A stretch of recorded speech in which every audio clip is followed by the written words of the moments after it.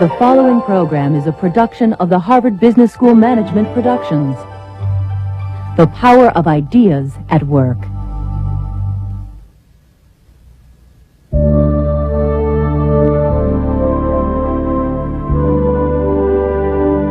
Pilots depend on their instruments to deliver critical flight information, just as business leaders depend on their cost systems for critical financial information. But today, much of that information is wrong. The traditional methods of cost accounting give rise to myth. That was a broad brush, across the board set of assumptions that led us to come up with the wrong answers. Intuition was saying one thing, the numbers were saying something else. Relying on incorrect financial information to lead a company is like piloting a plane with faulty flight instruments.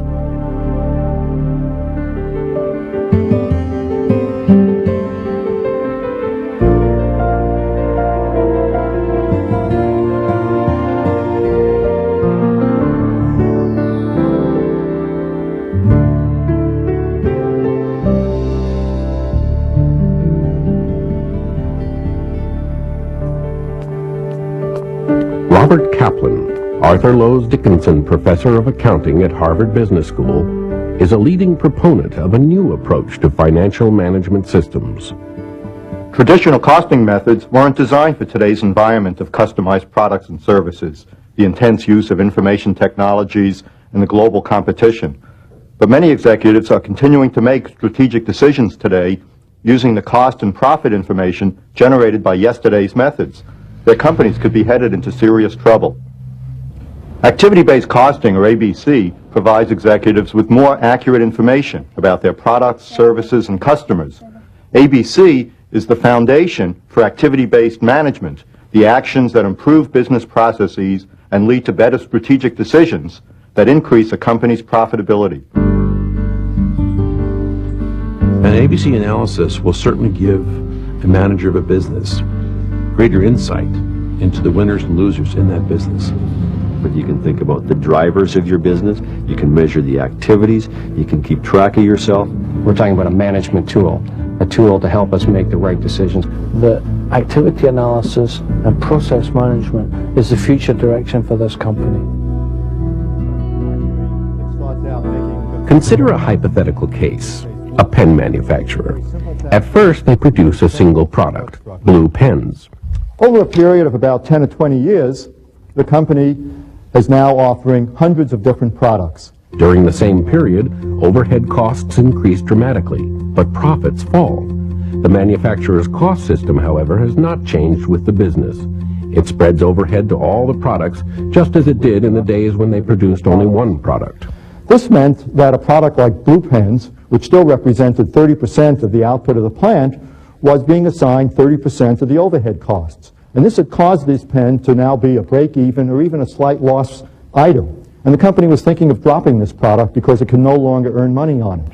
Whereas the specialty products, which had a price premium associated to them, were getting nice margins. Purple pen, which was only 1% of the total output of the plant, was getting 1% of the overhead costs. Managers, when confronted with this situation, said, "This doesn't seem right. Blue pens we've been making for decades. They're easy to make and require very little of this overhead and support resources.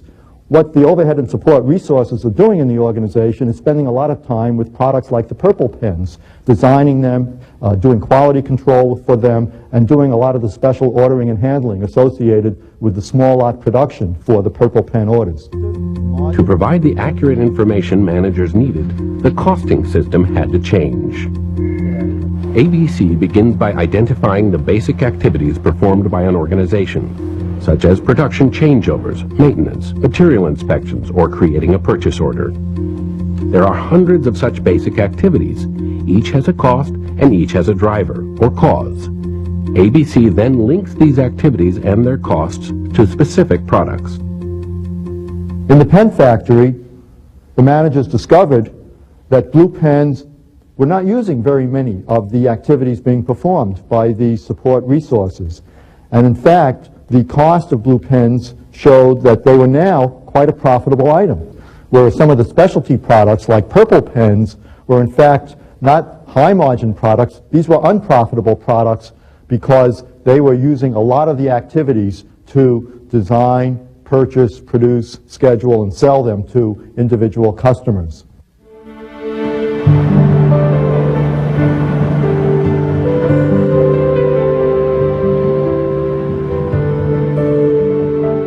Maplehurst Bakeries faced a business situation very similar to that of the pen factory. Maplehurst's principal product line is frozen, ready-to-bake products that in-store supermarket bakeries bake and sell fresh.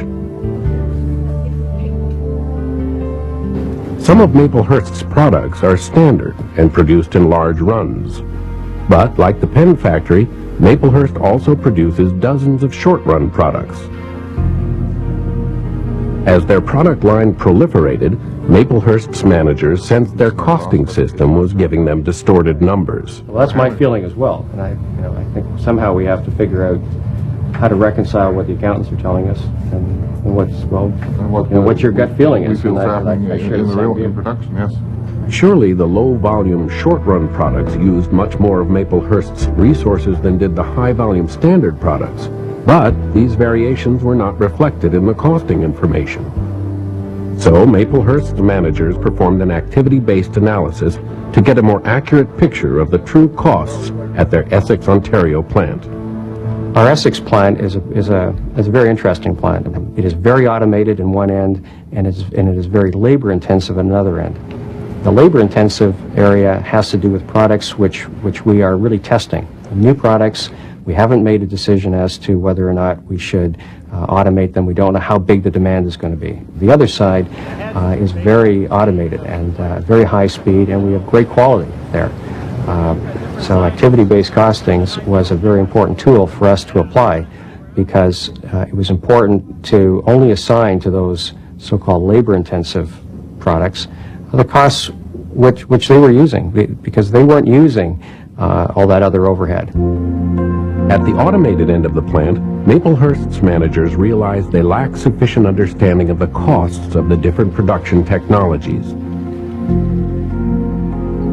For example, the plant employed two freezing processes, one called spiral freezing, the other a high-speed freezing line that used large quantities of carbon dioxide. This type of a freezing method was extremely costly, as opposed to our other type of freezing method, which doesn't use CO2. And in the old system, these CO2 costs were being spread over all the products, even though most of the products didn't have anything to do with CO2. So when we took just the products that only use the CO2, we found a significant increase in the freezing cost and the overall cost. A sharper picture provided by ABC of costs at both ends of the plant enabled Maplehurst's managers to make better operational and strategic decisions. Today we're running the Essex plant with a much better understanding of our costs. We know that we have improved our cost position, and we have a much better costing system, and frankly we know where we still have to improve. Maplehurst illustrates how activity-based costing provides a vital input to a company's strategy. For standard products like dinner rolls, Maplehurst had to be a low-cost producer. It needed accurate information about the cost of these high-volume products, uncontaminated with cost allocations from resources not used. But ABC information was even more valuable for Maplehurst's new differentiation strategy of offering unique customized products. With a traditional cost system, Maplehurst was unable to tell whether its differentiation strategy of offering low-volume customized products was truly adding value, or whether the strategy was a failure, subtracting value, because higher technology, indirect, and support costs for the new products were not being recovered by premium prices in the marketplace. Maplehurst is a typical ABC application because it began in the factory.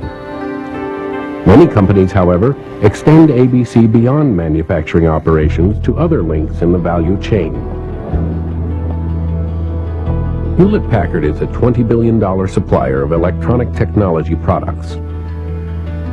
Traditionally, HP's product development process has created a succession of unique products that could command premium prices.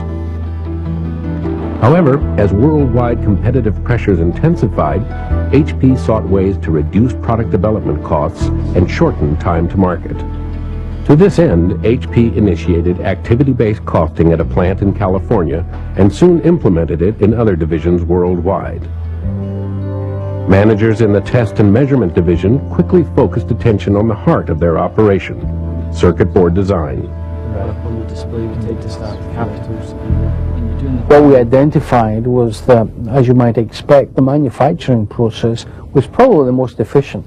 After all, we'd spent 30, 40 years monitoring these guys to the fourth decimal point, so you would expect them to be more efficient. Manufacturing could not overcome, however, inefficiencies dictated by design. For example, HP's product developers weren't fully aware of the high manufacturing costs incurred by the number of different components specified in a design. Nor did they realize that hand insertion of individual circuit board components could cost up to 20 times more than automatic insertion. What we realized after we introduced ABC is that the R&D engineers had not been provided with sufficient cost leadership from the finance team that would help them generate products in a cost-effective way with an eye on what the production cost was going to be. What's been the impact of this kind of information that they've been getting? It's been really significant for us because this was part of a mind change that had to go on in our business. The requirement for the engineers to realize the commercial reality of life, that the output from their efforts needed to be commercially viable and successful for us. Technical innovation in itself that nobody wanted to buy wasn't going to get us where we needed to get as a company. So it's really helping the engineers see the economics of the business and how the key decisions that they make contribute to the overall economic well-being of the organization. Yes, I would agree with that. I think the other point I would have to make is that the engineers themselves very much appreciated the use of cost drivers and ABC. It made much more sense to them than to look at the standard costs and the plethora of variances that we used to throw at them month on month that really didn't convey too much management information. The revelations about circuit board production led Hewlett-Packard managers to re-examine their key business processes, such as new product development. We had two thrusts. One, first of all, to understand the cost structure, and secondly, to identify how efficient we were within those processes. A weakness that we exploited within our organization was the fact that it was taking us too long to get through the product generation process. So as long as they're doing something, the project manager's quite happy, and oh great, another board cycle. But the emphasis now is really on, yeah, but this board cycle you're doing, the expectation is that it will be right. And so we used the activity analysis to segment our design expenditure into a series of activities and take it from there in terms of how efficient were we in each of those segments of the product generation process. So it sounds like you were taking what had been a functional department like design and development and saying what are the activities, what are the fundamental processes that are going on, and then you could get measures of cost and of time and perhaps even of quality like yields going through each stage of these design processes. Yeah, when we analysed our cost structure, what became apparent that the traditional boundaries that exist between the functions, I mean the company tends to describe and segment its costs into functions. What we realised is that when you look at the actual process and who contributes to designing a new product, there's contributions from marketing, there's contributions from manufacturing, and dare I say there's even contributions from the accountants. And so we are all part of that product generation process. And what we concluded, it would be far better to look at our costs on a process basis and attempt to identify what could we do better and get this time to market issue under control. Global competition forced Hewlett-Packard and other technology-based companies to reduce manufacturing costs and shorten the time to market for new products. The activity-based analysis conducted at HP first revealed significant manufacturing costs that could be controlled only back in the initial product design process. The activity analysis also enabled HP managers and engineers to examine the cost and cycle time of the entire product design process. Cross-functional teams were now working together to achieve dramatic improvement in the critical success factors of cost and time. Hewlett-Packard shows how activity-based management integrates well with other change and improvement initiatives, design for manufacturability, cross-functional teamwork, and re-engineering of critical processes. The linkage of activity-based cost analysis and business process improvement applies not just to manufacturing companies, but to service organizations as well. BC Tel directory for what city, please?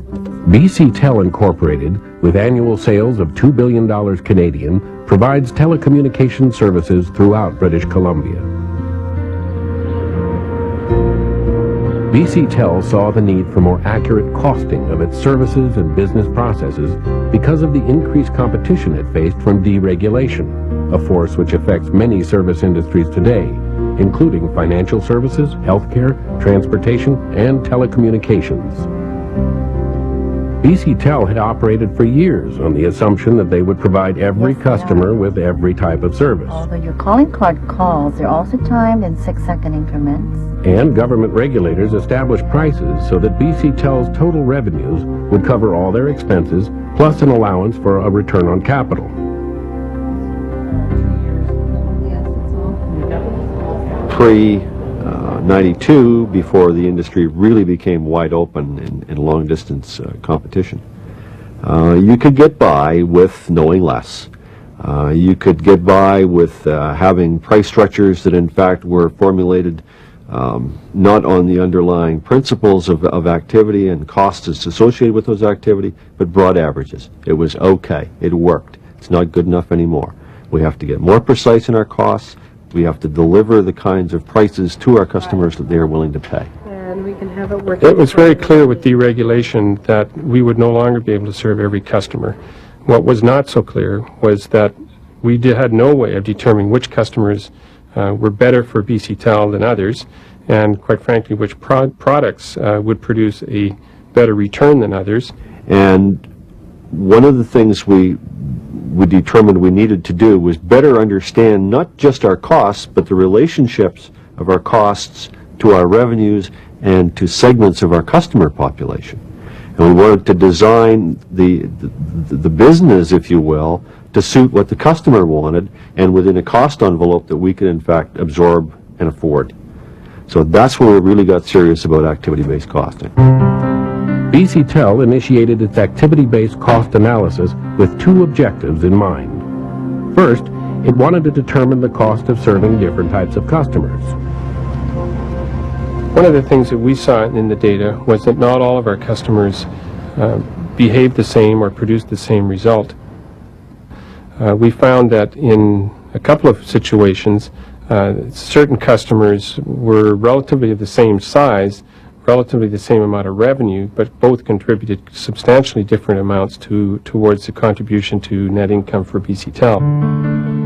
Second, BC Tel used the ABC information to identify high-cost internal processes, such as service provisioning, where redesign could deliver the greatest benefits. Faxes I want away from their workstation, maybe over here in the... Service provisioning basically is the interface we have with a customer upon completing a sale with them for a new product or service.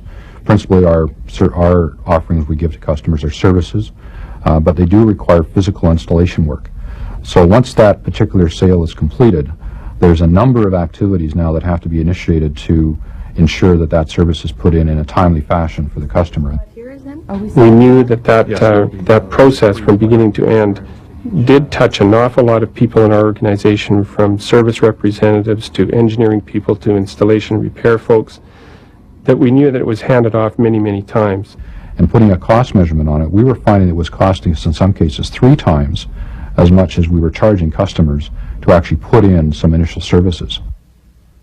BC Tel redesigned the service provisioning process, centering it around customer service teams. Oh, great. They want it installed in 30 days.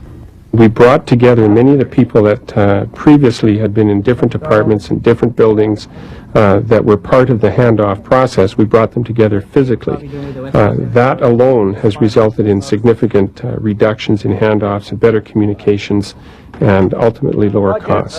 The West Coast project's ready? Yeah, all 40 orders are out of engineering and they're ready for dispatch now. Great, The more you understand about your business, the more you understand about the costs of your business, the more intelligence you learn about your business from the data that is your cost accounting data, the better you are in terms of, well, being profitable. And that's what business is all about. Directory for White City, please. BC Tel, like Hewlett-Packard, faced a new challenge in its environment. For BC Tel, it was the new competition brought on by deregulation. Deregulation brings such organizations into the competitive environment with a fierce jolt, forcing them to make hard decisions on services, customers, and process efficiencies. BC Tel used ABC analysis to guide its business process improvement efforts, to focus on the key customer and service processes that would be most critical for future success. The activity-based cost analysis guided executives' decisions about which services they should offer and to which customers. Without the ABC analysis, they could easily have made the wrong decisions. Understanding the true cost of servicing customers is vital to service companies like BC Tel, and can be equally as valuable in manufacturing companies such as Kanthal Corporation. Kanthal is a Swedish supplier of heating wire to customers throughout the world. Its U.S. subsidiary, located in Connecticut, specializes in two types of products: heating elements for various types of industrial furnaces, and heating wire for household appliances. In the summer of 1989, Kanthal initiated its ABC analysis in the factory to determine the costs and cost drivers of its two very different production processes. We knew deep in our hearts that we had two cultures. One culture being the appliance business with low margins, high volumes, very low costs, very low selling prices. The other being the furnace products division with very high engineering content and, generally speaking, higher margins. We knew we had this, but the ABC analysis gave us really proof, fresh insight into the two different cultures.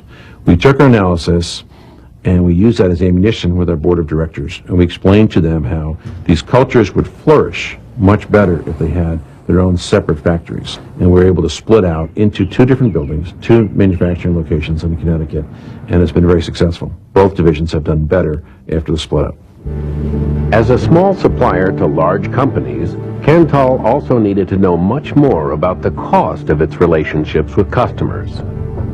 This need became acute when one of Kanthal's key customers, General Electric Appliance Division, announced a plan to reduce the number of its suppliers from 1,400 to just 200. We are their prime heating wire supplier in North America. We wanted to remain their prime supplier. So in terms of negotiating and discussing with GE, we decided to use the insight we gained in our business through the ABC analysis with GE. It was David and Goliath, really. We were a small company and faced with this very skillful multinational company coming in, but they treated us very fairly. Kanthal's activity-based cost analysis had revealed that a major cost driver of supplying heating wire products was the changes made by customers to existing orders. And we were able to explain to GE that this is a cost to you and to us, and we need to view it as such and charge differently when there's a change on short notice. We actually tracked this through our system and developed cost drivers to determine what would these cost. We were amazed that a normal order would cost about $150 per order line. And if you put in changes, special requests, or things like that, it could go as high as $600. Kanthal took a calculated risk and decided to share this confidential information with its key customer. GE, at first shocked, soon discovered similarly high costs in its own purchasing procedures from every change notice they issued. They were incurring similar costs in issuing us the paperwork, receiving the goods, etc., etc. The experience with GE caused Kanthal to look more closely at the profitability of every one of its customers. They found they had far more unprofitable ones than they thought. One of the major impacts on the appliance business, the heating wire side, was to give us greater insight into how important volume was to the business. And you can attack the volume opportunity in many different ways. Cantal worked with some customers to develop new shipping arrangements, larger quantities and standard ship times. For some low-volume customers, they found it more efficient to work through distributors and subcontractors. ABC has given us the ability to get really close to the customer, to share with them our costs which are incurred in servicing them, and then try to make the relationship more efficient so that their order pattern is less costly for themselves, and then in the end we can be a better supplier, more cost efficient, and service them in the very best possible way. We see managers at Cantal, like most companies, initially using information from the ABC analysis to improve manufacturing efficiencies. In this case, by creating two separate and focused factories. But Cantal soon moved beyond manufacturing efficiencies. Cantal did an ABC analysis of customer profitability and shared this information with key customers, an open book policy.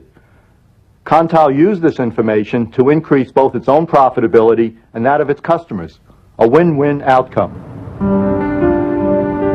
Maplehurst, the frozen baked goods company, took activity-based management a step further with their customers by teaching customer staff how to use ABM to calculate the profitability of Maplehurst products in their bakeries. Sharing ABM methods with customers involves some risk for Maplehurst's managers.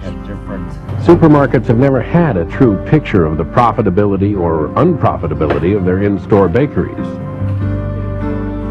If ABC analysis showed their bakeries to be unprofitable, supermarkets might consider reducing their investment or discontinuing bakery operations altogether.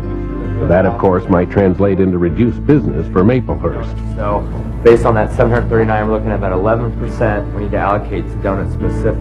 Maplehurst believed, however, that even if ABC analysis revealed unprofitable operations, they could use the information to help the customer improve operations and increase profitability. And use that information to tie it into the profitability, which again is going to make another decision-making tool for you guys to make changes if you think you need to. And if we're making higher profit in one area, then what we can do is run our ads that way and promote that way according to space allocation. Exactly. It's a gamble, but it's a gamble we think will pay off. We have good products and reasonable prices, but it's really our commitment to help our customers operate more successfully that sets us apart from our competitors. Every time we've worked on a bakery analysis, we've been able to show the customer some quick and easy ways to improve and make some suggestions for long-term improvement as well. And fortunately, in each instance, sharing ABM methods with the customer has led to increased business for Maplehurst. These four company stories show how activity-based management is being used for operational improvements and strategic decisions throughout a company's value chain. ABM typically starts with internal operations, but ABM efforts are soon extended to processes outside manufacturing operations, into product design and customer relationships. Companies are mobilizing activity-based management for process improvements, such as business process redesign, focused factories, and technology investments. Activity-based management enables previously separate and independent functions, engineering, manufacturing, marketing, and sales, to work together to improve critical cross-functional business processes. The more accurate ABC information also leads to better strategic decisions about products, services, and customers. Decisions on pricing, the mix of products and services to offer, and how to design products that will be less costly to manufacture. Companies are restructuring external relationships to create enhanced value for themselves and their customers. Companies, large and small, manufacturing and service, are now effectively using activity-based management throughout their organization to improve operations and to enhance their strategic decision-making.